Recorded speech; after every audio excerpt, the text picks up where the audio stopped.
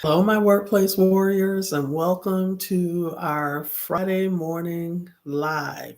It is Friday, September the 6th. So it's Friday after Labor Day. I don't know about you all, but it seems like we pay for having a holiday at the beginning of the week. For some reason, if that holiday falls on a Monday and we have to go back to work on that beginning on that Tuesday, seems like those remaining 4 days of the work week or whatever your work schedule is, it seems like they kind of drag by. But I've had a good week. I hope that you have had a good week as well. It's TGIF. So, for those of us who have the weekends off, I'm sure that we're all looking forward to it. And for those of you who took the entire week off, I'm wishing you safe travels back to your homes if you traveled, or just an awesome weekend. And so, um, once again, welcome to the Friday Morning Live. I want to welcome those who are new to this session and hopefully to many sessions to come. Hopefully, you'll decide to join us often. And for those of you who have been here before, welcome back. So let's get right into it. Today's topic is ghosting in the job market. And for those of you who don't know what ghosting is, it is when you, as a job seeker, either apply for a job and then you have trouble hearing from the prospective employer when you try to follow up with them, or the employer is ghosted also sometimes by the candidate. They interview them, and then when they try and follow up with them to give them more information, or sometimes to even extend an offer, the person does not respond. And that can be frustrating no matter which end you're on. So let's look at some information that I think will help us all to better understand the reason why ghosting happens. Not saying that it's right, whether it's the employer ghosting the potential employee or the candidate ghosting the potential employer. So, in order to help me with this, with sharing this information with you, I selected an article that I read earlier this week and wanted to share it with you because it has some great information that I think that you'll find useful. So this is an article that I found on the MSN.com Money and Careers site, and it just, to me, just caught my attention, and I think it drops some valuable gems for us regarding the topic of ghosting in the job market. So let's look at it. And of course, I have my double screen, so you'll see me look off to the side as I refer to pertinent parts of the article. So I don't know if you've ever been ghosted. I have. And this report, it says that at least 60%, I believe, of job seekers said that they've been ghosted at least once. And a very close, similar percentage of job seekers or professionals said that they've been ghosted more than once. So that's amazing. So that means that these are job seekers who have been ghosted by potential employers. And the information that was gathered by Flex Jobs and My Perfect Resume, and they conducted a poll of over 2,000 professionals based in the United States who based in the United States between June 11th and June 23rd of 2024. So almost a 2 week time frame there. And what they're saying is that when candidates said that when they're getting ghosted by employers, this state of the job search report um, says that, let's see, so I got the percentages wrong. That 15% of professionals reported that they've been ghosted by an employer at least once, and 33% shared that they've been ghosted by employers more than once. So, um, also by getting ghosted, in addition to getting ghosted by employers, the majority of job seekers, just over 50%, said that some of the reasons why they've been ghosted is either because of non-existing job postings or positions that have already been filled despite the still running job advertisement. And unfortunately, that does happen. Typically, like when you, that's why I recommend my clients, excuse me, to not only check the leading job boards like LinkedIn Jobs and Indeed, Career Builder, ZipRecruiter, and others, but pay close attention to when that site picked that job up. And then try to go to the company's website, or not try, but if the company is listed, go to the company's website, to their career site, and see if that job is still listed. Because I can tell you, as a human resources professional, when we do invest money, when an employer invests money in advertising with some of the job boards that are out there outside of their company's career site, we typically pay for a 30-day blocks of time for advertising our announcements. I'm sorry, y'all, my allergies are acting up and my nose is constantly itching, so I apologize for that. We pay for typically a minimum of 30 days. And what happens is, when the 30 days, I'm sorry, even if the employer starts to interview before those 30 days are up, because they get a really, what we call a robust candidate pool, a lot of times even though we may take the job off of our company website, we may not reach out to the job board, the outside job boards or external job boards that we partnered with. We may not reach back out to them and have them to remove the vacancy announcement. So I would say, if you see a job that has been posted on the job board, especially if it says 30 plus days, unless I can find it still on the company website, because usually what that means, if you can still find it on the company website, that means, one, that even if the hiring manager has started interviewing, they may not have a robust enough candidate pool.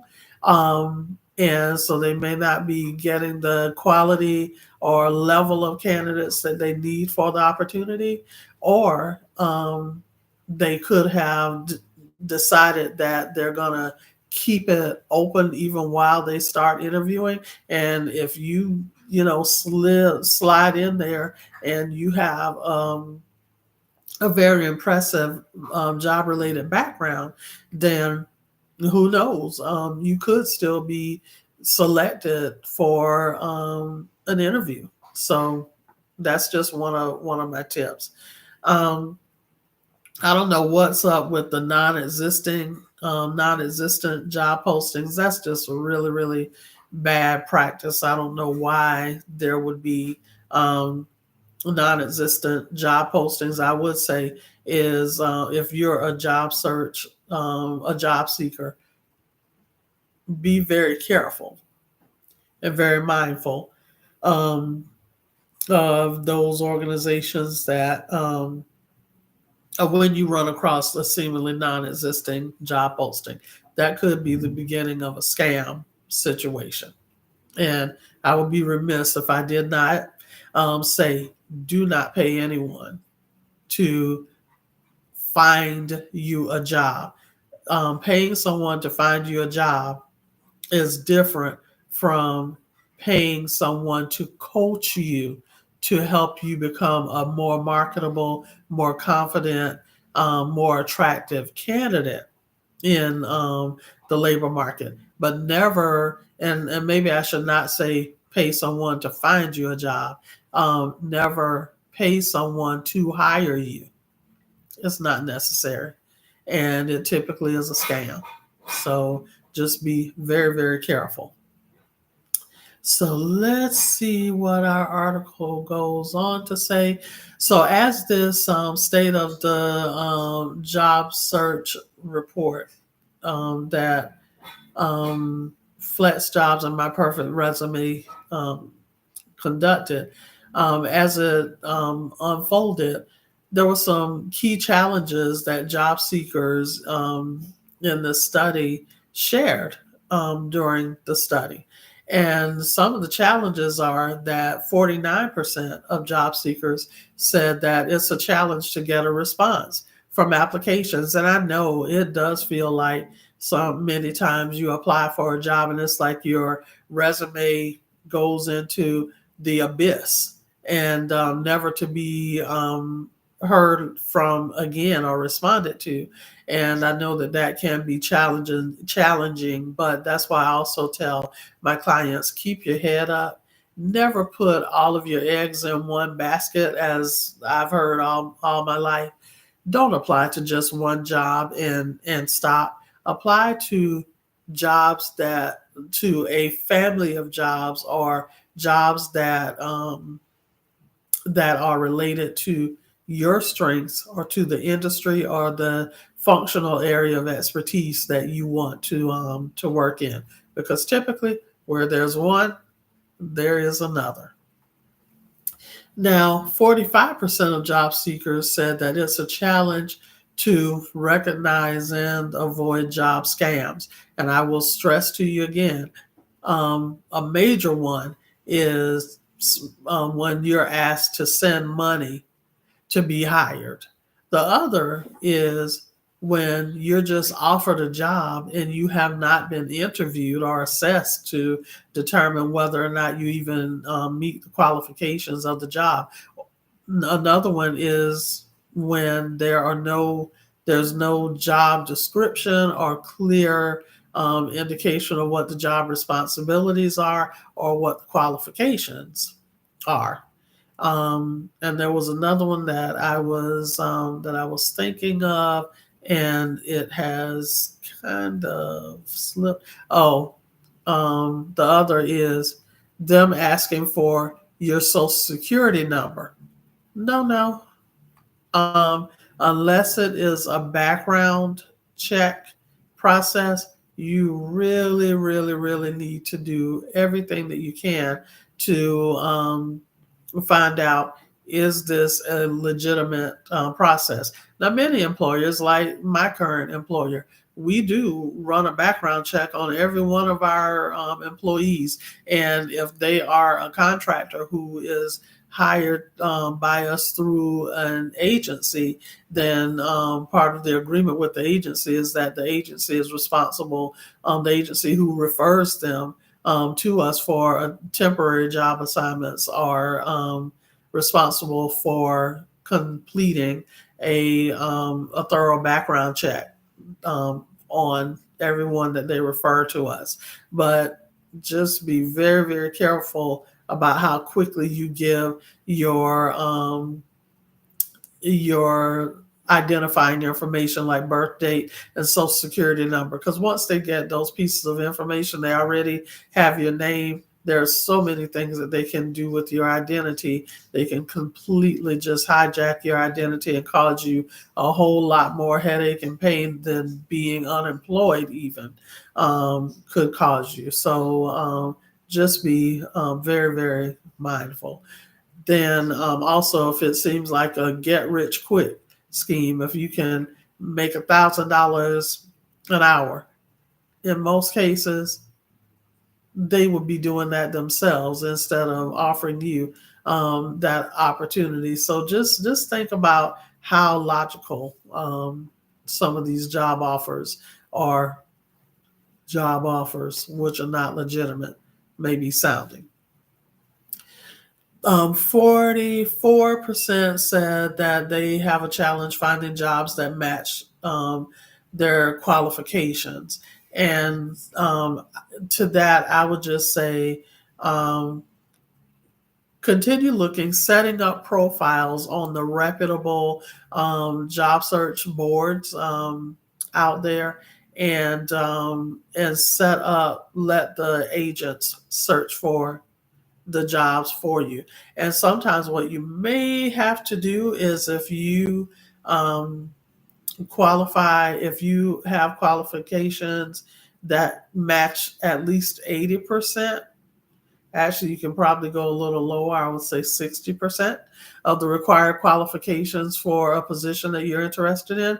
Go ahead and apply, because what I've seen some employers do, and even we've done it, especially when candidates were hard to find and identify and attract to the company, what we would do is we would let them come on board and give them a year to, let's say, achieve a certification that is required for the field, or excuse me, or desired for the field, or and then also it might be attached to their salary. If they come on board and they don't quite have possess all of the required qualifications, at least they have their foot in the door. If they come in, do a really good job, and are highly motivated during their probationary period or what have you,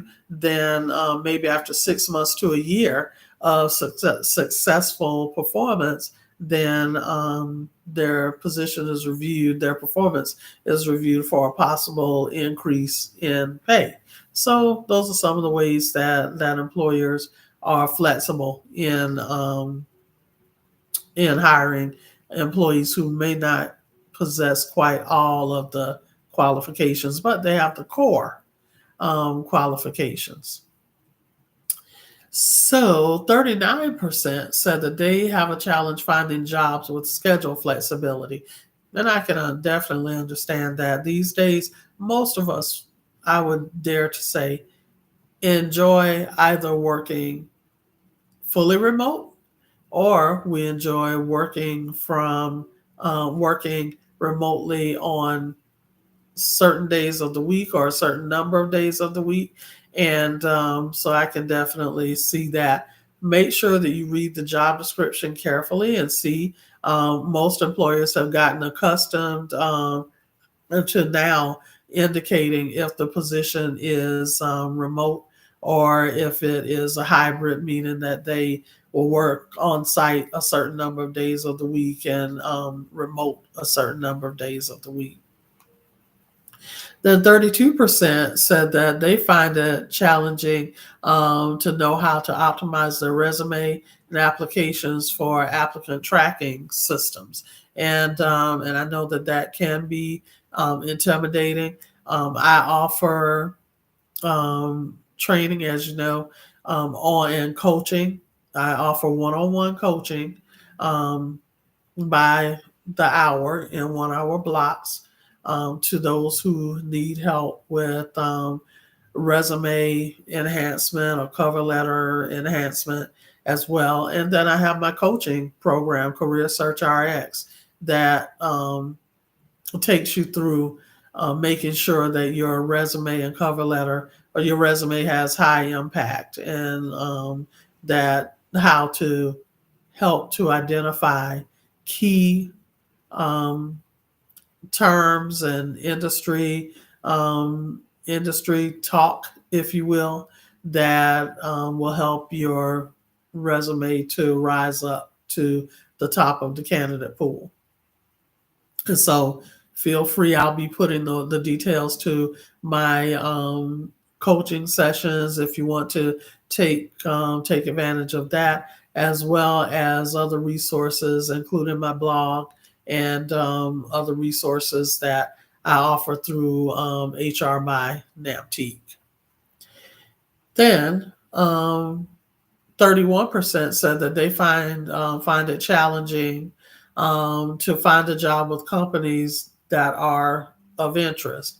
And I would encourage you to hold steadfast if you know that if you see aspects about a company that just not does not align with your values or what have you. I would encourage you to continue looking, because there are going to be companies out there that do align with your personal values and your needs.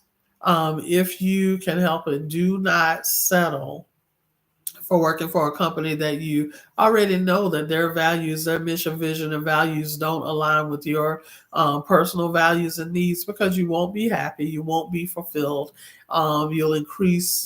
You'll put your career at risk, because if you're not fitting in well, you're probably not going to perform at your peak, and then it could place your employment in jeopardy. And other thing is sometimes it's better to stay where you are for just a little while longer to find the place that you know is your next best move. And I'll tell you from personal experience, when I received the job offer for with my current employer, I'd already actually received an offer and um, verbally accepted that offer from an offer from another employer in the area. And excuse me, um, after meeting with after having the interview with my current employer and meeting who would go on to be my immediate manager and a couple of potential colleagues, I loved it. And I already had some couple of red flags to arise during the other employer's interview and selection process, and was kind of second guessing my decision to accept their offer, and was not really comfortable with the HR director's demeanor as well. But I went ahead and accepted it because I was in a situation where my current job, my then current job, was not a good place for me, and it was a toxic work environment. And so I was relieved when I went on this interview and ended up rescinding my offer with the other company, and the HR director whose demeanor I was concerned about proved to me at that very moment that I had made the right decision to rescind my acceptance of their offer, because that person acted and responded in a very unprofessional and rude manner. And so it let me know I had so much peace when I hung up the phone from them after they responded in the way that they did. And I've been with my current employer for 7.5 years now. So that speaks volumes. I've been very happy, very fulfilled, and continue to be so. So just consider that. Be hungry, but not desperate. Okay. So let's see. The last one is that 24% of job seekers said that they find it challenging navigating lengthy interview processes. And I can definitely understand that. There's not much that you're going to be able to do with that unless you're an HR professional, or if you're hired by the organization, because trying to find a job search is a job within itself. And that's why I offer in my coaching program tips and advice on how to manage the overwhelm and the potential stress of an active job search, especially while you're managing other life responsibilities like a family or a current job, whether it be full-time or part-time, because it does take a lot of concentration and effort. It's not something that's going to usually happen as quickly as we would like it to, but there are things that you can do to help you to deal with those things. But I would say that if you go through a lengthy interview process and you still like the organization, they treat you with respect, and they're very supportive and what have you, offer you great opportunities for professional development and training and fulfilling impactful work, then hopefully you'll receive opportunities to provide feedback to them if you're hired into the company. And as a new employee, you can offer your employer feedback about how the selection process was handled. And if you're an HR professional who's being hired into the organization, then hopefully once you get on the job and get your bearings, then you can make recommendations for changes. Do research like this and show your employer what job seekers are saying they wish were different about the jobs, the selection process, and hopefully they'll be open to your making some adjustments to the program to make it more job seeker friendly. So some other reasons that while 48% of the respondents in this study reported being ghosted, only 10% of the job seekers reported that they've ghosted a company. And I'm not surprised by that, because typically when we apply for a position with an employer, we really want the job. And so that's really not surprising for me, unless there are some red flags that occur during the selection process that make that candidate not want to speak with the employer anymore. And so just be careful though. I would recommend that you never ghost an employer, because even if you're no longer interested in that current opportunity that you're being considered for, be a professional and just tell them that, thank them for continuing to consider you for the opportunity, but then tell them that after careful consideration, you decided that that is not the best fit for you, but tell them that you'd be interested in being considered for future opportunities. You don't know what type of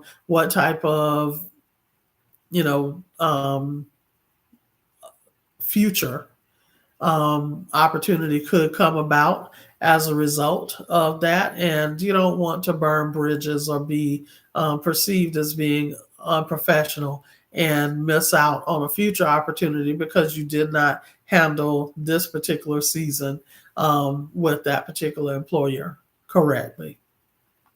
So let's see. And just to delve a little bit deeper, the report found that some of the reasons why some job seekers, that 10% of job seekers have ghosted employers, included 67% saying that they ghosted an employer because the employer was unorganized and unprofessional.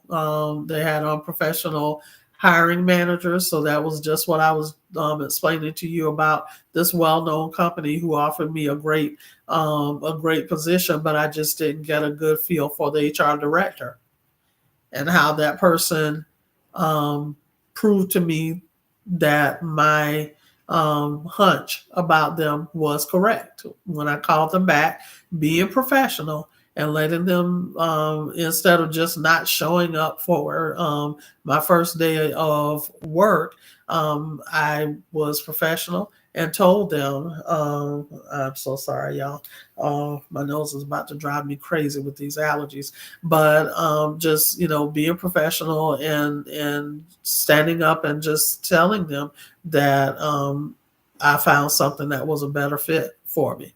Not disparaging the company, but just being honest. And as a hiring manager, I would appreciate that. Yes, I would feel disappointed that the person decided not to come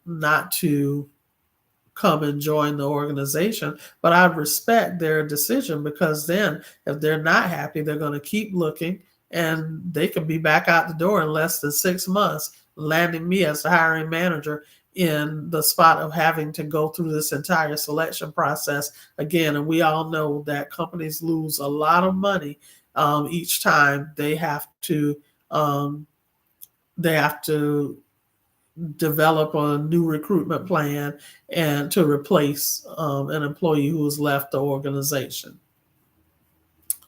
So moving right along, 61% of the job seekers said that the reason why they ghosted an employer before is a lack of communication, and that's usually where the employer takes too long to get back to the person. They go through the interview process and everything. And the person may be like me, considering more than one opportunity, and have to make a decision, but then the employer fails to communicate and respond to that job seeker's inquiries about the status of their selection process, and then they just have to make a decision based on the information that they have.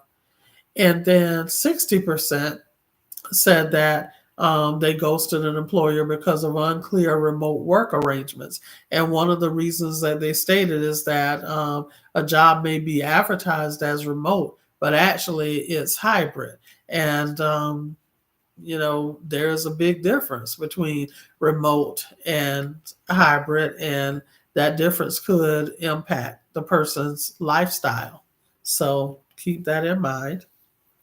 Excuse me. Other factors that cause job seekers to ghost employers are a negative company culture. 53% of them said that. 45% said that the job does not align with their personal values, and I touched on that earlier, and how important that is to your happiness and fulfillment in your career. 43% said that another factor is unfavorable company review or reputation. You can go to glassdoor.com and other sites and see what current and former employees are saying about their company and the work culture. 43% that has said that poor employee benefits or compensation, like sometimes even if an employer is not able to offer the salary that you're looking for one, always negotiate. Ask, let them tell you no, instead of just accepting the first offer that's thrown out there, because I can tell you that the majority of employers do not start off with their best and final offer. They normally leave a little bit of room for negotiation. And if they ask you for a range, like I always tell my clients, have a $10,000 range, and let the lower end of your range be what you know would be your dream salary. So if your dream salary is $100,000, and they ask you for a desired range, 100 to 110,000. So, and in some cases, depending upon the level and responsibilities of the position, you may either want to make it a $20,000 range, or you may want to have a adjust that range even higher, so that you can have an opportunity to get a salary that is really going to set you up to be able to take care of yourself, provide for yourself and your family. I'm sorry, effectively. Um, then, because you also have to consider how much benefits are going to cost as well if the company is charging you for benefits. And I can't not can't believe it, but one of my relatives had a very close relative to me recently within the last year. They landed a great job where their employer is paying for their um, their insurance and their family's coverage, including their two young adult children who can stay on their plan until they're 26. They're paying for funding the entire family's um, healthcare coverage, their premiums. That is awesome. But consider when you receive an offer, ask the recruiter or hiring manager, whoever extends the offer, for a copy of their benefits and retirement plan information so that you can crunch some numbers and decide if it is a good fit for you. If the salary is not quite where you want it to be, but you will be paying less overall for your health and welfare benefits, then it may be a good fit for you. But only you can make that decision. You and your significant other and your family, your immediate family who are impacted by this, will be impacted by this decision. 30% said that unpaid work during an interview process, and we as employees do need to be very careful about that. Is one thing to do assessments, but to have a potential employer doing true work during the selection process that you're going to use in your business operations, that's going to be a turnoff to most employees, and rightfully so, most candidates, should I say. And then finally, 25% said that another reason that they would be turned off by an employer is recent company layoffs. So I always say, watch the news.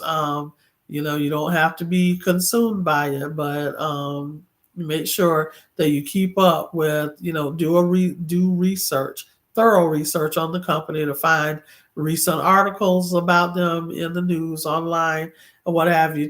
And then if they're a publicly traded company, look at what their business practices are and how they've been performing overall so that you can make a more informed decision about whether this is an employer that you would like to pursue employment with. And let's see where we are here. When job seekers are evaluating jobs, some of there are key things that they are looking for, and to find a strong career fit, it is important to determine the market value of the job that you're being offered. Hopefully, you'll do your research before you even apply for the company, because if you waste time applying for a position with the company and find out later that you could have found out later that it wasn't a good fit for you, then that's time that you could have been spending with applying for another opportunity with another employer who is a better fit for you. Make sure that you try to gauge like what type of personality would be best in the job opportunity that's caught your attention. So like if you're introverted and you thrive in a work from home setting, then you might want to look for pursue fully remote positions versus hybrid. But if you're a person who is generally extroverted, enjoy interacting with people and get energy from that, then a hybrid work situation may work well for you. So always keep your personal and professional needs in mind while you're searching for a job and determining if it's a best fit for you. So let's see. Top factors that appeal to job seekers are having remote work.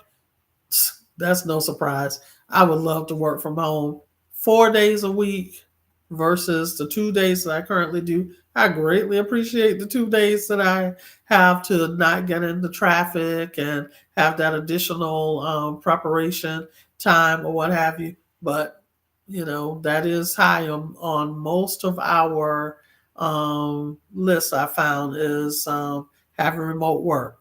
87% said that uh, they want having remote work. Salary is 76%. And if you're able to work from home sometimes, and that, as we see here, can knock the salary consideration down to number two, because for one, you're spending less on travel and wear and tear on your vehicle, and also having to plan that commute, whether you're on public transportation or driving or what have you, and just your sanity. Because I know people here in the Atlanta area, oh my God, the traffic is insane, and some people do some really, really unwise, unsafe stuff behind the wheel. So you have to always be very vigilant. Um, Number three, having a flexible schedule, and that could be, where you can work, maybe have a longer lunch break or something like that. Whatever the flexibility is, where you can decide, as long as you work 3 days a week in the office, you can decide which days those are. There are a lot of ways that an employer can allow you to have flexibility.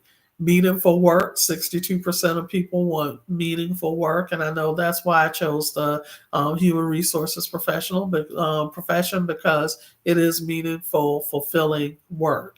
Um, Work-life boundaries, so important. You must have interest in activities outside of work so that you don't feel like all you're doing is constantly working, working, working.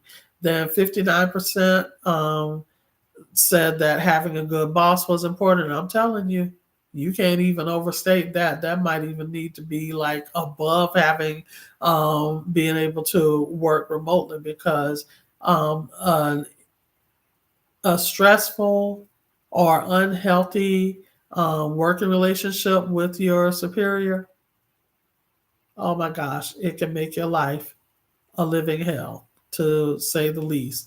Then a healthy company culture is important, because it makes it easier to collaborate with your colleagues, and also to you can have pride in working for your organization when you have a healthy company culture where you feel that you're valued, and that the value that you bring to the table and the contributions that you make to the organization's success are appreciated and recognized. So consider that.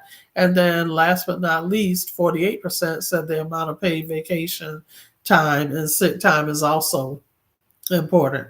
And so I can definitely relate to that as well, because we all need a break sometimes. And that's a part of that work-life boundary and balance.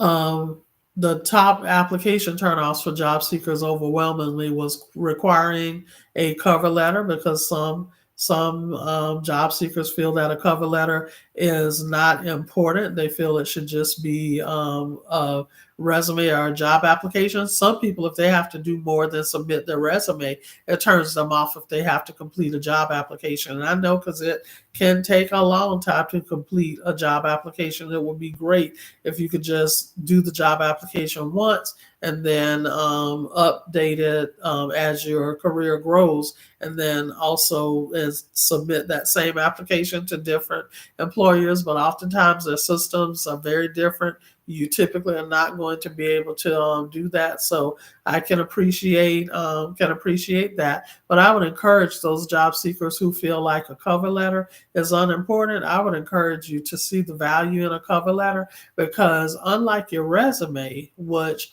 just list your job history and your accomplishments and your educational background.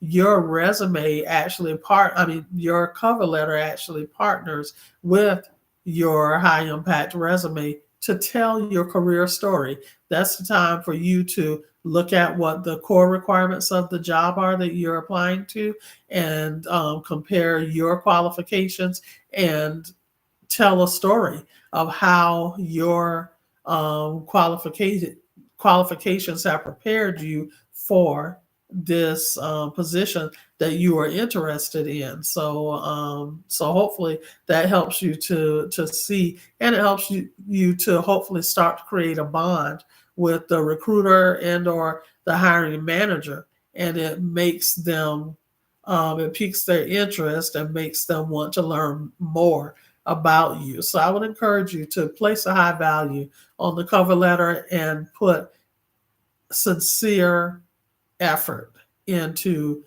developing a highly engaging cover letter that draws the hiring manager or recruiter in and wants helps them to want to learn more about you as a potential team member. Let's see. So we're almost done. We're about to close it down. Some more big turnoffs among job seekers are being asked to complete a lengthy assignment, not providing enough detail about the task of the job, having to complete an asynchronous one-way interview. And asynchronous just means that you complete the interview like one. I'll describe it for you. A company that I applied for quite some time ago, they had an opportunity and they did video interviewing, and I guess that their next step would be to interview you in person, but they had a very detailed video interview that was controlled via AI, and that's how you did your how you completed your initial interview. And the system was set up to ask you pertinent questions, job related questions. You would have a certain amount of time to answer the question, and then the system would compile a video for the hiring manager and their committee. They will review those videos, and then they will determine who they would invite in um, for in-person meetings. Then 29% said it's a turnoff to when an employee requires a cover letter. 24% said that asking for references up front was a turnoff. And I totally agree, because I have seen mistakes made where references were called without giving the candidate heads up that their references were about to be called. And one of those references was their current manager, who wasn't aware that they were even looking for another job. So now you have put that person's continued employment potentially in jeopardy. So have a good day, buddy. So for those of you who don't know, we have a senior in the high school, senior in the house. So he is, of course, driving, and he is leaving for school this morning. So just got to say bye to my baby as he's leaving. As we know, heaven forbid, you never know. We just had an unfortunate incident where the high school in Georgia, where a student killed two fellow students and two fellow teachers. And so our thoughts and prayers are definitely going out to those at Appalachia High School as they navigate this loss and tragic loss, senseless loss due to gun violence. So getting back to our article, a lot of respondents, almost half, 49%, told responded in the survey that they would utilize, they would leverage online resume builders and other resources to help them apply for jobs. So 42% said that they would use resume writing articles and resources. 38% said that they would use professional resume writing services or consultants. 34% said that they would enlist the help of family members and friends. 32% said that they would leverage chat GPT or other forms of artificial intelligence to help them apply for jobs. 23% said that they would use resume writing workshops, and 20% said that they would use career coaches. And as I shared with you earlier, that